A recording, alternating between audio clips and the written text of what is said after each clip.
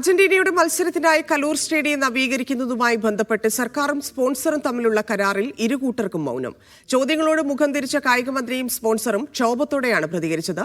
നവംബറിൽ അർജന്റീന എത്തില്ലെന്ന് വ്യക്തമായതോടെ സ്റ്റേഡിയത്തിന്റെ നവീകരണം തുടരുമോ എന്ന കാര്യത്തിലും അവ്യക്തതയാണ്.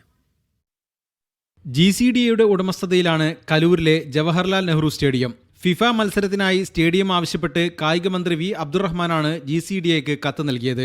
സ്പോർട്സ് വകുപ്പിന് കീഴിലുള്ള കമ്പനിയായ സ്പോർട്സ് കേരള ഫൗണ്ടേഷന് സ്റ്റേഡിയം കൈമാറി. മത്സര നടത്തിപ്പിന്റെ ചുമതല വഹിക്കുന്ന സ്പോർട്സ് കേരള ഫൗണ്ടേഷൻ വഴിയാണ് സ്പോൺസറായ റിപ്പോർട്ടർ ബ്രോഡ്കാസ്റ്റിംഗ് കമ്പനി സ്റ്റേഡിയം നിയന്ത്രണത്തിലാക്കിയത്. 70 കോടി ചെലവിലെന്ന് സ്പോൺസർ അവകാശപ്പെടുന്ന നവീകരണം നിലവിൽ കലൂർ സ്റ്റേഡിയത്തിൽ നടക്കുന്നുണ്ട്. സ്റ്റേഡിയത്തിന്റെ കാര്യത്തിൽ സ്പോൺസറും സർക്കാരും തമ്മിൽ കരാറുണ്ടോ എന്ന ചോദ്യത്തിന് വ്യക്തമായ മറുപടി പറയാൻ വകുപ്പ് മന്ത്രിയും സ്പോൺസറും തയ്യാറാകുന്നില്ല. കരാറൊന്നുമില്ലാതെ നേരിട്ട് സ്പോൺസർ നടത്തുകയാണ്. നോക്കൂ, അയാൾ ഇത്രയും പൈസ ചെലവാക്കിയിട്ട് അവിടെ കാര്യങ്ങൾ നടത്തുന്നുണ്ട്. അത് കഴിയട്ടെ, എന്നിട്ട് അതേക്കുറിച്ച് പറയാം.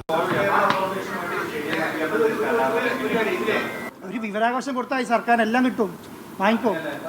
അല്ല, അത് വാങ്ങിക്കോളൂ, മേടിച്ചിട്ട് അതിൽ നോക്കി കറക്റ്റായിട്ട് അറിയാൻ പറ്റാത്ത കരാർ.